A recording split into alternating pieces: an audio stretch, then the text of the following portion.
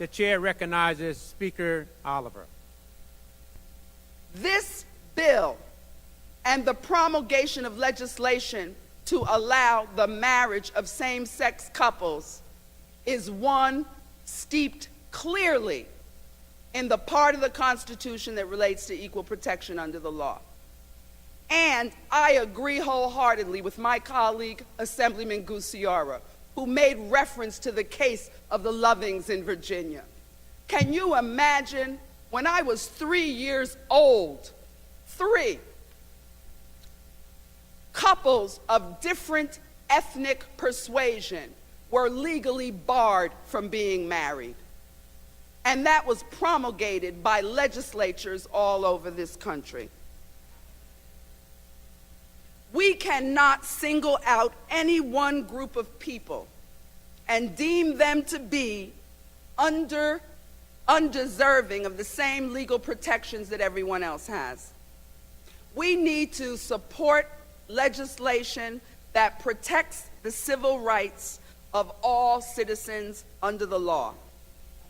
We watched the state of Washington on Monday promulgate same-sex marriage legislation, marriage equality legislation.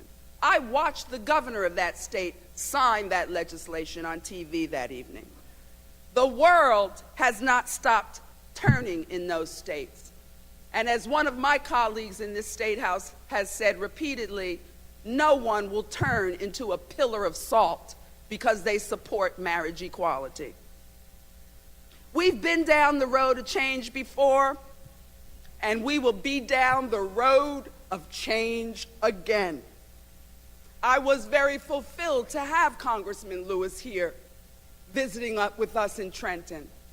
And something that he said that day just really weighed heavily on my heart. And he said, there will be a history and a point in time.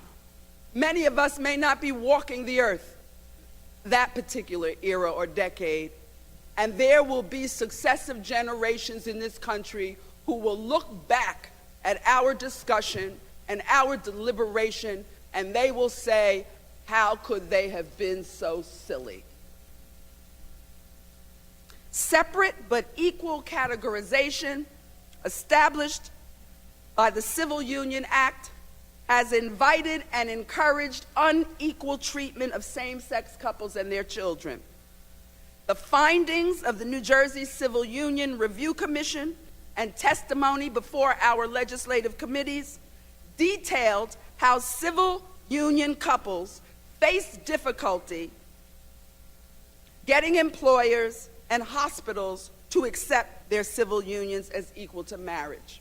I represent the city of Clifton, and we have a magazine that's called the Clifton Merchant.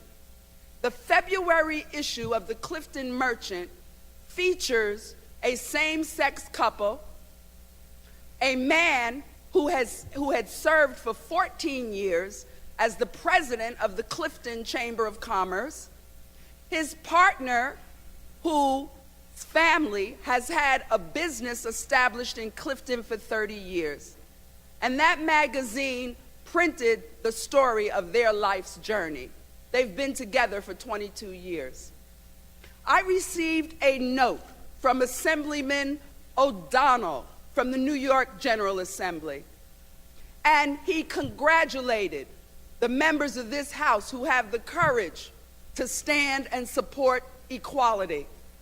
How fulfilled I was that Sunday as I read my New York Times and I read and saw pictures of the marriage of Assemblyman O'Connell and his partner, who had met in college at age 18 and who have been together for 32 years.